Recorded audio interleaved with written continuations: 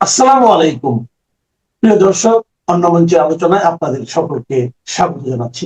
মার্কিন president Donald ট্রাম্পের ঘনিষ্ঠজন ও বিশেষ দূত সার্জিও গোর বাংলাদেশ সফর শেষ করে ফিরে গেছে। তার এই সফরকে ঘিরে কূটনৈতিক রাজনৈতিক মহলে চলছে নানান আলোচনা। সফর আগে থেকে বাংলাদেশের সংবাদ মাধ্যমগুলোতে বলা হচ্ছিল, বাংলাদেশ ও যুক্তরাষ্ট্রের দ্বিপাক্ষিক সম্পর্কের বাইরে চীন ও ভারতের ইস্যু নিয়ে আলোচনা হতে পারে। সফরে এসে প্রথম বৈঠক শেষে বাংলাদেশের পররাষ্ট্রমন্ত্রী দাবি করেছিলেন, ভারত ও চীন নিয়ে যুক্তরাষ্ট্রের কোনো উদ্বেগ নেই। কিন্তু তার পরদিন ভোরে বাংলাদেশে নিযুক্ত ভারতীয় হাই কমিশনারের সাথে ঢাকার একটি হোটেলে একান্ত বৈঠকের খবর বাংলাদেশের গণমাধ্যমে প্রকাশিত হলে গোরের সফর নিয়ে জল্পনা কল্পনা এবং আলোচনা আরও বাড়ে। সবশেষ খবর হলো, এই বৈঠকের রেশ ঢাকা থেকে দিল্লি পর্যন্ত পৌঁছে গেছে। সার্জিও গোরের সাথে বৈঠকের পর ডাক পড়ায় ঢাকায় পূর্ব নির্ধারিত গলফ প্র্যাকটিস ফেলে তড়িঘড়ি করে দিল্লি ছুটেছেন মন্ত্রী পদমর্যাদার ভারতীয় হাই কমিশনার দীনেশ ত্রিবেদী। গোরের সাথে বৈঠকের পর দীনেশ ত্রিবেদী কেন দিল্লি ছুটে গেলেন এবং সেখানে গিয়ে কি আবারও গোরের সাথে কোনো বৈঠক আছে কিনা তা নিয়ে ঢাকা ও দিল্লির কূটনৈতিক মহলে নানা ধরনের আলোচনা চলছে। বিশেষ করে ভূ রাজনৈতিক ইস্যু হিসেবে চীন এবং বাংলাদেশের অভ্যন্তরীণ রাজনৈতিক ইস্যু হিসেবে আওয়ামী লীগ ও শেখ হাসিনার প্রত্যর্পণ নিয়ে যুক্তরাষ্ট্র ভারতের মধ্যে কোনো ধরনের সমঝোতা হচ্ছে কিনা তা নিয়ে নানামুখী আলোচনা হচ্ছে। এদিকে প্রধানমন্ত্রী তারেক রহমানের সাথে সার্জিও গোরের বৈঠকের পর বাংলাদেশ সরকারের পক্ষ থেকে যে বিবৃতি দেওয়া হয়েছে তাতে মার্কিন অর্থনৈতিক স্বার্থ, বিশেষ করে বিনিয়োগের কথাই বেশি উঠে এসেছে। তবে মার্কিন দূতাবাস থেকে দেয়া বিজ্ঞপ্তিতে বলা হয়েছে, সার্জিও গোর তার সফরে যুক্তরাষ্ট্র বাংলাদেশ সম্পর্কের রাজনৈতিক এবং অর্থনৈতিক গতিশীলতা নিয়ে আলোচনা করেছেন। প্রশ্ন হলো, এই রাজনৈতিক গতিশীলতা বলতে আসলে কি বোঝানো হয়েছে? যদিও বাংলাদেশের পররাষ্ট্রমন্ত্রী খলিলুর রহমান সংবাদ ব্রিফিংয়ে দাবি করেছেন, চীন নিয়ে গোরের এই সফরে কোনো আলোচনাই হয়নি। কিন্তু গোরের সফরে মার্কিন দূতাবাস থেকে বাংলাদেশ সরকারকে কিছু নথিপত্র দেওয়া হয়েছে। এর মধ্যে কয়েকটি নথি আমাদের হাতে এসেছে। দূতাবাসের সূত্রগুলো বলছে, তারেক রহমানের চীন সফরে দেশটির ব্যবসায়ীদের সাথে 12টি সমঝোতা স্মারক হয়েছিল, যার মধ্যে 2টি চায়না প্রতিষ্ঠানের উপর মার্কিন সরকারের নিষেধাজ্ঞা দেওয়া আছে। বিষয়টি নিয়ে সার্জিও গোর সরাসরি বাংলাদেশ সরকারের সংশ্লিষ্টদের কাছে ব্যাখ্যা জানতে চেয়েছেন। সূত্রগুলো বলছে, বিষয়টি বাংলাদেশ, যুক্তরাষ্ট্র ও চীনের সম্পর্কে প্রভাব ফেলতে পারে। বিস্তারিত জানতে চলুন যাওয়া যাক বিশ্লেষণ। মার্কিন প্রেসিডেন্ট ডোনাল্ড ট্রাম্প তার ঘনিষ্ঠ বন্ধু সার্জিও গোরকে 2025 সালের অগস্টের শেষে ভারতে যুক্তরাষ্ট্র মিশনের দায়িত্বে পাঠিয়েছিলেন, সাথে দক্ষিণ ও মধ্য এশিয়ার বিশেষ দূত হিসেবে নিয়োগ দেন। দক্ষিণ এশিয়ার দেশগুলোর মধ্যে গোর এরই মধ্যে বেশ কয়েকটি দেশ সফর করে ফেলেছেন। গত জানুয়ারিতে নয়াদিল্লিতে যুক্তরাষ্ট্রের রাষ্ট্রদূতের দায়িত্ব নেওয়ার পর এই প্রথম বাংলাদেশ সফরে আসেন তিনি। তার সফরকে কেন্দ্র করে বাংলাদেশের সংবাদ মাধ্যমগুলোতে নানান ধরনের খবর প্রকাশিত হয়। বিশেষ করে সফরে এসে তিনি কি কি বিষয়ে আলোচনা করতে পারেন তার একটা ধারণা এসব খবর থেকে পাওয়া গিয়েছিল। যুক্তরাষ্ট্র ও বাংলাদেশের বাণিজ্যিক এবং অর্থনৈতিক স্বার্থ সংশ্লিষ্ট বিষয়গুলোর পাশাপাশি যেহেতু আমেরিকা যে কোনো মূল্যে চীনের প্রভাব ঠেকাতে মরিয়া, সে কারণে ধারণা করা হচ্ছিল চীন বাংলাদেশ সম্পর্কের বিষয়টি গোরের সফরের আলোচ্য সূচিতে থাকবে। কিন্তু 30শে জুলাই বাংলাদেশ সফরের প্রথম দিনে গোরের সাথে বৈঠক শেষে বাংলাদেশের পররাষ্ট্রমন্ত্রী খলিলুর রহমান বলেন, ভারত ও চীন নিয়ে যুক্তরাষ্ট্রের কোনো উদ্বেগ নেই, কারণ এ নিয়ে কোনো আলোচনাই হয়নি। ঢাকায় মার্কিন দূতাবাসের সূত্রগুলো বলছে, বাংলাদেশ সফরে সার্জিও গোরের প্রধান একটি ইস্যু ছিল চীনের সাথে বাংলাদেশের চলমান সম্পর্কের বিষয়। সার্জিও গোরের সফরের 33 দিন আগে প্রধানমন্ত্রী তারেক রহমান চীন সফর করে আসেন। সূত্রগুলো বলছে, ওই সফরে হওয়া কিছু সমঝোতা স্মারক নিয়ে মার্কিন প্রশাসনের আপত্তি আছে। সেই সংক্রান্ত কিছু নথিপত্র বাংলাদেশ সরকারের কাছে দেওয়া হয়েছে। আমাদের হাতে আসা এসব নথিপত্রে দেখা যাচ্ছে, গত 25শে জুন বেইজিংয়ে তারেক রহমানের চীন সফরের সময় 12টি সমঝোতা স্মারক স্বাক্ষরিত হয়েছিল। তার মধ্যে 2টি চায়না প্রতিষ্ঠান, China civil engineering construction corporation বা সিসিইসিসি এবং চায়না রেলওয়ে কনস্ট্রাকশন কর্পোরেশন বা সিআরসিসি নিয়ে যুক্তরাষ্ট্র প্রশাসনের আপত্তি আছে, কারণ এই দুটি চায়না প্রতিষ্ঠানই মার্কিন যুক্তরাষ্ট্রের প্রতিরক্ষা বিভাগের তালিকাভুক্ত।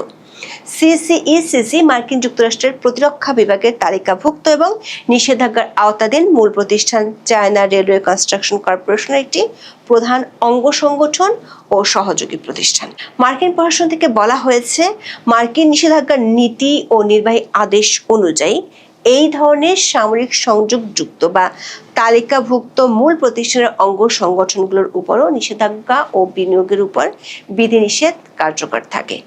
অন্তর্বর্তী সরকার আমলে সম্পাদিত বাণিজ্য চুক্তি অনুযায়ী এই ধরনের কোনো প্রতিষ্ঠানের সাথে যে বাংলাদেশের সরকারের সম্পর্ক রাখতে পারে না, সেটি সার্জিও গোরের সফরে তুলে ধরা হয়েছে।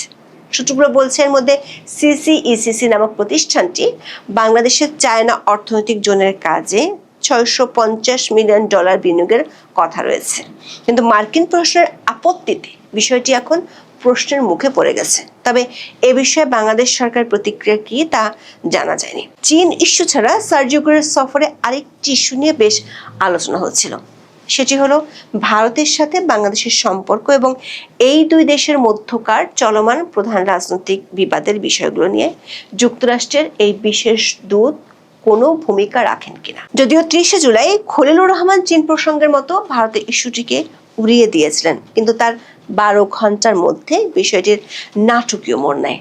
31 জুলাই সকালে বাংলাদেশে নিযুক্ত ভারতীয় হাই কমিশনার দীনেশ ত্রিবেদীর সাথে ঢাকার একটি হোটেলে বেশ লম্বা একটি বৈঠক করেন সার্জিও গোর। বাংলাদেশের সংবাদ সংস্থা ইউএনবি এই খবরটি প্রকাশের পর বিষয়টি নিয়ে বেশ আলোচনা শুরু হয়। সার্জিও গোরের সফরের আগে থেকেই বাংলাদেশের সংবাদ মাধ্যমগুলোর খবরে বলা হচ্ছিল, চীনের অর্থায়নে তিস্তা প্রকল্প ও মংলায় অর্থনৈতিক জোন নিয়ে যুক্তরাষ্ট্রের যেমন মাথা ব্যথা আছে, তেমনি ভারতেরও দুশ্চিন্তা আছে। আবার ইন্দো প্যাসিফিক অঞ্চলে দেশ দুটি স্বঘোষিত মিত্র হওয়ায় এসব ইস্যু নিয়ে যুক্তরাষ্ট্র ভারতের সুরে বাংলাদেশের সাথে কথা বলতে পারে, এমন ধারণা কূটনৈতিক মহলের অনেকেরই। আবার শেখ হাসিনা যেহেতু দিল্লিতে আছেন এবং তার প্রত্যর্পণের ঘোষণার পর অস্থিরতা বাড়ছে, সে কারণে এই বিষয়গুলো নিয়েও কি যুক্তরাষ্ট্রের বিশেষ দূত কথা বলবেন কিনা, এমন জল্পনা কল্পনা চলছিল। এসব কারণে বাংলাদেশের প্রধানমন্ত্রী তারেক রহমানের সাথে বৈঠকের আগের দিন দীনেশ ত্রিবেদীর সাথে সার্জিও গোরের বৈঠকের খবরটা গোরের সফরকে বেশ অন্যরকম মাত্রা দেয়। একাধিক ভারতীয় সংবাদ মাধ্যমের খবরে বলা হলো, সার্জিও গোরের সাথে বৈঠক শেষে তাড়াহুড়ো করে দিল্লি গিয়েছেন বাংলাদেশে নিযুক্ত ভারতীয় high commissioner Dinesh Trivedi. North east নিউজের খবরে বলা হয়েছে, 31 জুলাই সার্জিও গোর এবং দীনেশ ত্রিবেদীর 1.5 ঘন্টার দীর্ঘ বৈঠক হয়। তার কয়েক ঘন্টা পরে ভারতীয় হাই কমিশনার দেশের শীর্ষ নীতি নির্ধারকদের সাথে জরুরি আলোচনার জন্য নয়াদিল্লিতে উড়ে যান। সংবাদ মাধ্যমটিতে দাবি করা হয়েছে, ত্রিবেদীর নয়াদিল্লির উদ্দেশ্য বেশ তাড়াহুড়ো করে এবং অনেকটা আকস্মিকভাবে রওনা হয়েছেন। গোরের সাথে তার বৈঠক শেষ হওয়ার পর ত্রিবেদী কুর্মিটোলা গলফ ক্লাবে গলফ খেলার সিদ্ধান্ত নিয়েছিলেন, কিন্তু সে খেলা স্থগিত করে বিকেল 5:52 ফ্লাইটে দিল্লি যান। গোর ত্রিবেদী বৈঠক নিয়ে যুক্তরাষ্ট্র, ভারত এমনকি বাংলাদেশি কর্মকর্তাদের কেউই প্রতিক্রিয়া না জানালেও রাজনৈতিক বিশ্লেষকেরা মনে করেন, বাংলাদেশের সাবেক প্রধানমন্ত্রী শেখ হাসিনা ও আওয়ামী লীগের নিষেধাজ্ঞার বিষয়টি নিয়ে আলোচনা হতে পারে। দিল্লিতে কাজ করেছেন এমন একজন সাবেক বাংলাদেশি হাই কমিশনার বলছেন, খুব স্পর্শকাতর কোনো ইস্যু না থাকলে হাই কমিশনারকে এভাবে জরুরি ভিত্তিতে তলব করা হয় না। ঢাকার একজন প্রভাবশালী রাজনীতিবিদ বলছেন, ভারতের কাছে এই মুহূর্তে শেখ হাসিনার ইস্যুটি খুবই গুরুত্বপূর্ণ, তাই এই ইস্যু নিয়ে আলোচনা হওয়াটা অস্বাভাবিক কিছু নয়। আবার এটি এমন একটি বিষয় যেটি নিয়ে প্রকাশ্যে কেউ কিছু বলবে না। ওই রাজনীতিবিদ বলেছেন, গোরের সফর শেষে মার্কিন দূতাবাস থেকে যে বিজ্ঞপ্তি দেওয়া হয়েছে সেখানে দীনেশ ত্রিবেদীর সাথে বৈঠকের তথ্য নেই, কিন্তু ত্রিবেদীর সাথে বৈঠক যে হয়েছে এটা সংবাদ মাধ্যম দূতাবাসের কর্মকর্তার বরাত দিয়ে বলেছে। আবার 30 ও 31 জুলাই এই দুদিন আরো কিছু রাজনৈতিক মিটিং এর খবর শোনা যাচ্ছে। মার্কিন দূতাবাস তাদের বিজ্ঞপ্তিতে বাংলাদেশ সরকারের সাথে শুধু অর্থনৈতিক নয়, রাজনৈতিক সম্পর্কের কথা বলেছে। বিশ্লেষকদের ধারণা, এই রাজনৈতিক সম্পর্কের মধ্যে ইন্দো প্যাসিফিক অঞ্চলের বিষয়গুলো, বিশেষ করে মিত্র হিসেবে ভারতের সাথে সম্পর্কিত বিষয়গুলোর ইঙ্গিত পাওয়া যায়। দিল্লির কূটনৈতিক সূত্রগুলো বলছে, দীনেশ ত্রিবেদী 2রা আগস্ট বিকেলে বাংলাদেশের উদ্দেশ্যে দিল্লি থেকে রওনা দিবেন। তার আগে সকালে দিল্লির শীর্ষ নীতি নির্ধারকদের সাথে তার বৈঠক হওয়ার কথা রয়েছে। এদিকে সার্জিও গোর বাংলাদেশ সফরের কর্মসূচি শেষ করে 1 আগস্ট দিল্লি ফিরে গেছেন। একটি সূত্র থেকে দিল্লিতে 2রা আগস্ট ভারতীয় শীর্ষ কর্তৃপক্ষের সাথে তার বৈঠক হওয়ার কথা জানা গেলেও বিষয়টি নিয়ে নিশ্চিত হওয়া যায়নি। বিশ্লেষকরা মনে করেন, সার্জিও গোরের বাংলাদেশ সফরে ডিনার বাতিল করা, এরপর দীনেশ ত্রিবেদীর সাথে লম্বা বৈঠক, তারপর ত্রিবেদীর দিল্লিতে ছুটে যাওয়া, এসব খবরের বড় রকমের তাৎপর্য আছে। কারণ অন্য সময়ের মতো ভারত বাংলাদেশের সম্পর্ক এখন শুধু সীমান্ত বা পানি বন্টন সমস্যার মধ্যে বন্দী না। আনুষ্ঠানিকভাবে কোনো দেশ না বললেও এই মুহূর্তে এবং সামনের দিনগুলোতে শেখ হাসিনার প্রত্যর্পণ এবং আওয়ামী লীগের কার্যক্রমের উপর নিষেধাজ্ঞার ইস্যুটি ভারত বাংলাদেশ সম্পর্কে সবচেয়ে বড় ইস্যু হিসেবে প্রকাশ্যে রূপ পাবে।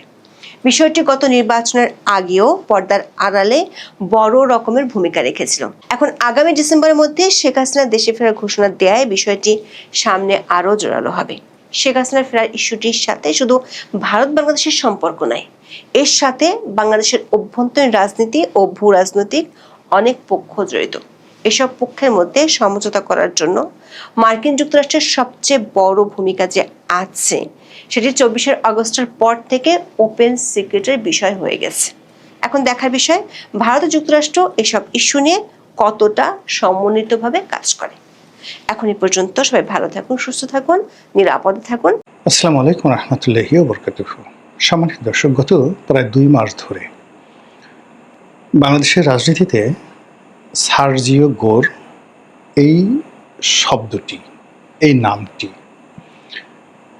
এত বেশি উচ্চারিত হচ্ছে, অবস্থা দৃষ্টে মনে হচ্ছে যে এই ভদ্রলোক বাংলাদেশের ভাগ্য বিধাতা হয়ে গেছেন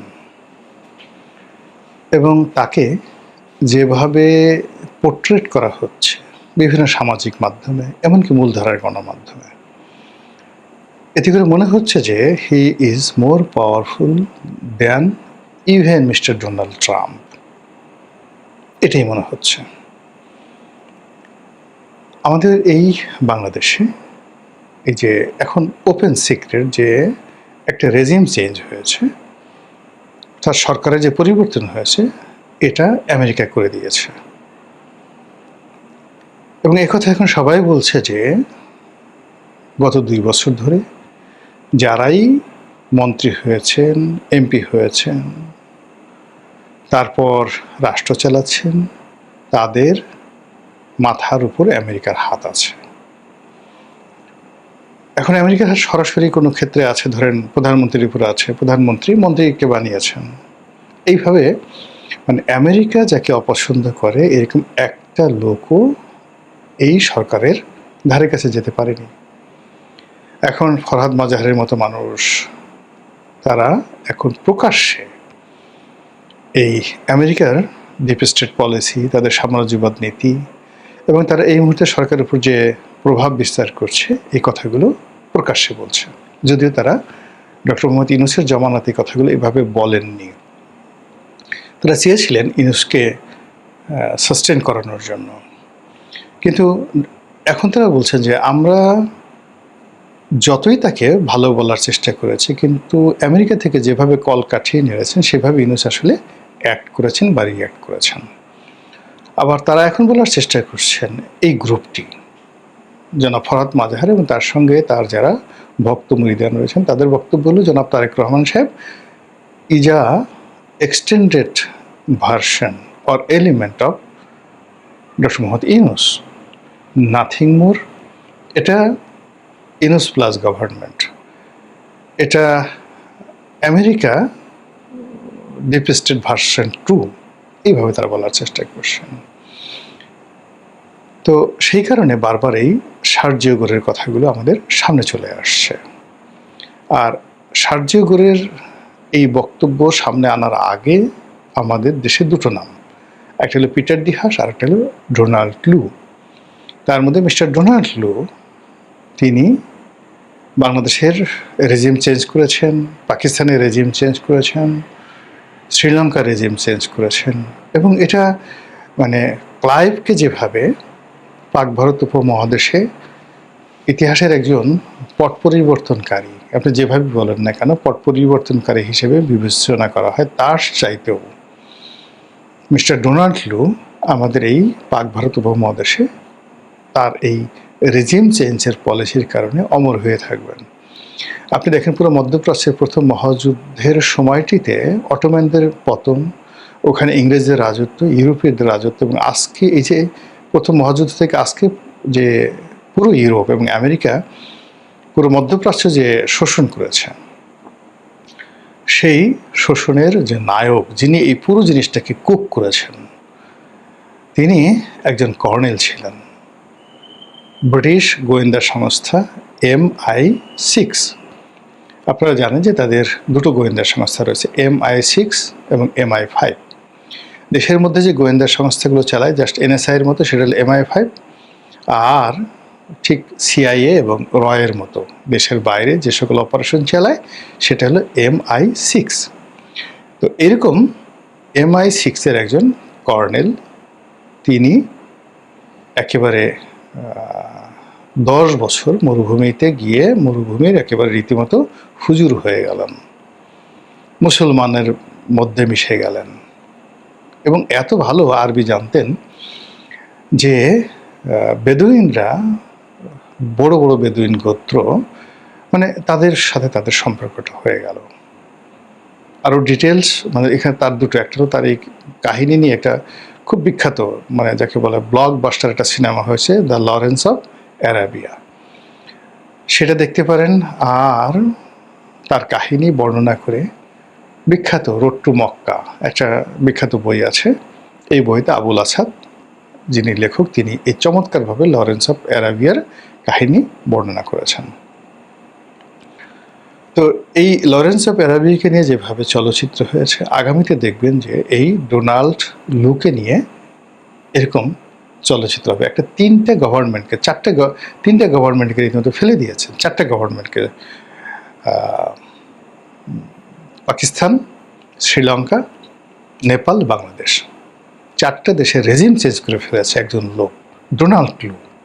it's not a matter of joke. তো এই কারণে কি হলো যে ডোনাল্ড লু একজন উপমন্ত্রীর পদমর্যাদা সম্পন্ন ছিলেন, এবং প্রেসিডেন্টের সঙ্গে তার কোনো রিলেশন ছিল না, অর্থাৎ মিস্টার জো বাইডেনের সঙ্গে তার ওইরকম কোনো রিলেশন ছিল না আদার দ্যান ফর্মাল রিলেশন। তিনি শুধুমাত্র দক্ষিণ পূর্ব এশিয়ার উপমন্ত্রী ছিলেন, বিশেষ দায়িত্বপ্রাপ্ত ছিলেন, ডিপ স্টেটের পলিসিটা বাস্তবায়ন করতেন, এবং একটা ফান্ড তিনি পেয়েছিলেন। তো সেটা দিয়ে তিনি যদি এই কাজ করতে পারেন, তাহলে মিস্টার সার্জিও গোর, তিনি অ্যাজ এ হোল প্রথমত প্রেসিডেন্টের খুব ঘনিষ্ঠ, ডোনাল্ড ট্রাম্পের খুব ঘনিষ্ঠ, দ্বিতীয়ত বয়সে তরুণ, তৃতীয়ত হলো অত্যন্ত ধনাঢ্য, ব্যবসা বাণিজ্য করে এই অল্প বয়সে হাজার হাজার কোটি ডলারের মালিক হয়ে, হাজার হাজার কোটি টাকার মালিক হয়ে তিনি এই দক্ষিণ পূর্ব এশিয়ার বিশেষ দায়িত্বপ্রাপ্ত প্রতিনিধি রূপে আসছেন, এবং তার দুটো উপাধি এখানে, তিনি ভারতে নিযুক্ত রাষ্ট্রদূত, সম্ভবত মন্ত্রীর পদমর্যাদায়, যেভাবে মনে করেন দীনেশ ত্রিবেদীকে দেওয়া হয়েছে। অর্থাৎ এখানে মন্ত্রী বলে ভুল হবে, একেবারে তাকে বলা হয় যে পুরো মার্কিন স্টেট ডিপার্টমেন্টে যদি একজন লোক থাকে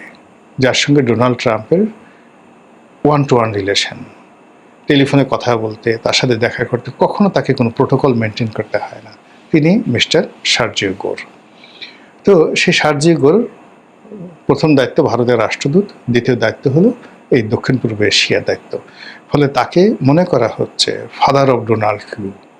ডোনাল্ড লুর সে father. Donald Lu regime change করে গেছে, কিন্তু চেঞ্জ করা রেজিমে আপনার সাম্রাজ্যবাদী নীতিগুলো প্রতিষ্ঠা করা, যেমন রবার্ট ক্লাইভ রেজিম চেঞ্জ করেছেন, কিন্তু এখানে মৌল যে ভিত্তি তিনি করেছেন লর্ড ওয়ারেন হেস্টিংস। সেই লর্ড ওয়ারেন হেস্টিংস যিনি কোম্পানির শাসনের একটা প্রথম গভর্নর জেনারেল, প্রথমে গভর্নর হয়ে আসছেন, তারপরে গভর্নর জেনারেল হয়ে আসছেন, 2 দফা, লর্ড ওয়ারেন হেস্টিংস। তো সেই দিক থেকে যদি ডোনাল্ড ট্রাম্পকে আপনি ক্লাইভের সঙ্গে তুলনা করেন, তাহলে মিস্টার সার্জিও গোরকে আপনি তুলনা করতে পারেন ওয়ারেন হেস্টিংস, যিনি আমেরিকান যে পলিসি সেটাকে বাণিজ্যতে রূপ দেওয়া। আমেরিকান যে পলিসি, সেই পলিসি যেহেতু তার তাবেদারি সরকারগুলো এখন এই সকল দেশে আছে, ফলে এই সরকারের উপরে আমেরিকার মিলিটারি পলিসি, সামরিক পলিসিগুলো চাপিয়ে দেওয়া।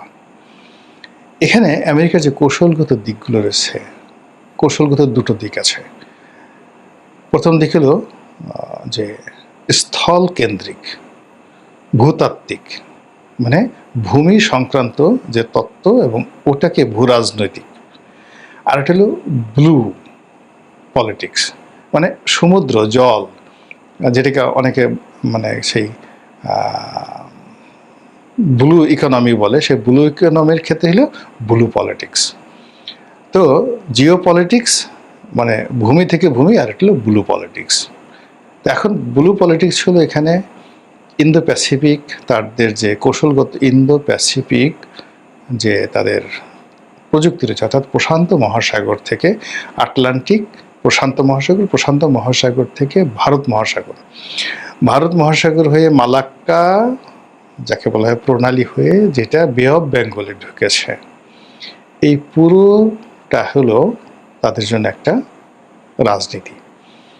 এখন ভূ রাজনীতিতে তারা বাংলাদেশে একটা করিডোর চাচ্ছে, সেন্ট মার্টিনে তারা একটা ঘাঁটি করতে চাচ্ছে, মায়ানমারে তারা একটা খ্রিস্টান রাষ্ট্র করতে চাচ্ছে under the Burma act.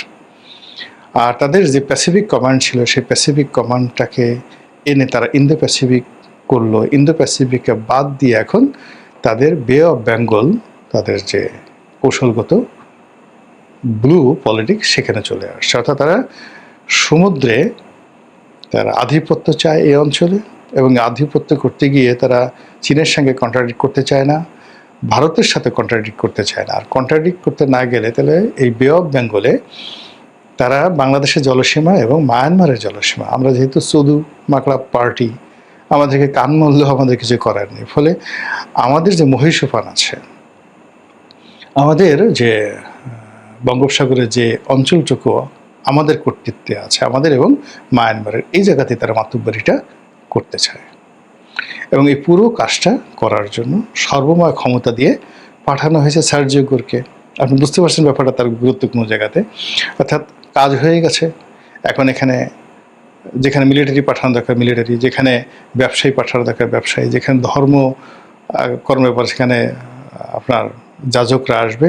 As a whole British East India Company Lord Warren হেস্টিংসের জমানাতে যেভাবে এসেছিল, যেভাবে তারা সিভিল সার্ভিস করেছিল, যেভাবে তারা মিলিটারি সার্ভিস করেছিল, যেভাবে তারা ইংরেজি ভাষাটাকে এখানে বুঝিয়ে দিয়েছে, ঠিক সেম কাজটা এখন সার্জিও গোরের মাধ্যমে করার জন্য মিস্টার ডোনাল্ড ট্রাম্প তার সবচেয়ে পছন্দের একটা মানুষকে ভারতের রাষ্ট্রদূত করেছে। এখানে আমি আগের যে অংশটুকু আলোচনা করি সেটিকে যদি আপনি দেখেন, তো তাদের ফার্স্ট প্ল্যান হলো বে অফ বেঙ্গল। এখান থেকে তারা সোজা চলে যাবে মালাক্কা প্রণালীতে, যেটা ইন্দোনেশিয়ার মধ্যে আছে। ইন্দোনেশিয়া দুর্বল একটা রাষ্ট্র, এবং ভারতকে যেটা বলা হয়েছে যে ভাই তোমার সাথে আমার অন্য বিজনেস প্রবলেম আছে, যা কিছু আছে, কিন্তু বাংলাদেশ নিয়ে, মিয়ানমার নিয়ে তুমি তোমার স্বার্থ দেখো, আমরা আমাদের স্বার্থ দেখি, এখানে আমাদের কন্ট্রাডিক্ট হবে না। আমরা যে জিনিসগুলো চেয়েছি সেটা আমরা শুধুমাত্র আমাদের সেই জায়গাগুলো আছে, আর তোমরা যেটা তোমাদের সেভেন সিস্টার চাচ্ছ, মায়ানমারকে বলা হচ্ছে তোমরা যে জিনিসগুলো চাচ্ছ, কোনো সমস্যা নেই, আমরা সবাই এখানে ভাগাযোগি করে কাজ করি, কোনো প্রবলেম নেই। প্রবলেম হবে চীনের, ফলে চীন তোমাদের শত্রু, আমাদের শত্রু। তো এই জিনিসগুলো যাতে একটা ডিপ্লোম্যাটিক চ্যানেল চমৎকারভাবে চলে, এই জন্য একেবারে বিশ্বস্ত একজন লোক মিস্টার সার্জিও গোরকে দিল্লিতে পাঠানো হয়েছে। এখন সার্জিও গোর বাংলাদেশে আসার আগে তার বহু টিম, গোয়েন্দা team, military team, FBI team, বহু টিম বাংলাদেশে হয়তো আসছে, আমরা পেপারে দেখেছি বা মানে বিভিন্ন সামাজিক মাধ্যমে দেখেছি, একটা পাসপোর্ট সহ বলে দিয়েছে অমুক লোক এত তারিখে এয়ারপোর্ট থেকে এসে সার্জিও গোর আসার আগে ওয়েস্ট ইন্ডিজে উঠেছে, তার ডেজিগনেশন নেই। তারপরে সাবেক সিআইএর এত বড় কর্মকর্তা বাংলাদেশে, তো দূরের কথা ভারতেও কখনো আসে না, সেই কর্মকর্তাও বাংলাদেশে এসে এখন পর্যন্ত আছে কিনা আমি জানি না। তো এরকম ঘটনাগুলো ঘটেছে। তো সেই সার্জিও গোর এসে তারপর প্রধানমন্ত্রীর সাথে দেখা করেছে, খলিলুর রহমান সাহেবের দেখা করেছে, কেউ কেউ বলে আওয়ামী লীগের নেতাদের সাথে, একজন নেতার সাথে দেখা করেছে, আরও অনেক বৈঠক হয়েছে, হয়তো গোপন বৈঠক হয়েছে সেই মার্কিন রাষ্ট্রদূতের বাসায়। এবং এখনও তাদের যে সিক্রেট সার্ভিস যেগুলো সামনে চলে আসছে, সেখানে তারা এমন অনেক কিছু করতে পারে যেগুলো আমরা কল্পনাও করতে পারি না। এর ফলে ওনার এই আগমনকে নিয়ে প্রচুর আলোচনা হচ্ছে, সমালোচনা হচ্ছে, এবং যারা প্রো আমেরিকান তাদের বক্তব্য হলো সরকারকে এই সার্জিওর একটা রেড সিগন্যাল দিতে আসছে। কেন চীনে গেলা, কেন এই জিনিসগুলো করছো না, কেন ওই জিনিসগুলো করছো না, কেন এটা দিচ্ছ না, কেন এটা করছো না, এই জিনিসগুলো মানে কি কি, সেটা মানবিক করিডোর হতে পারে, সেটা মিলিটারি করিডোর হতে পারে, নানা রকম কথাবার্তা হতে পারে।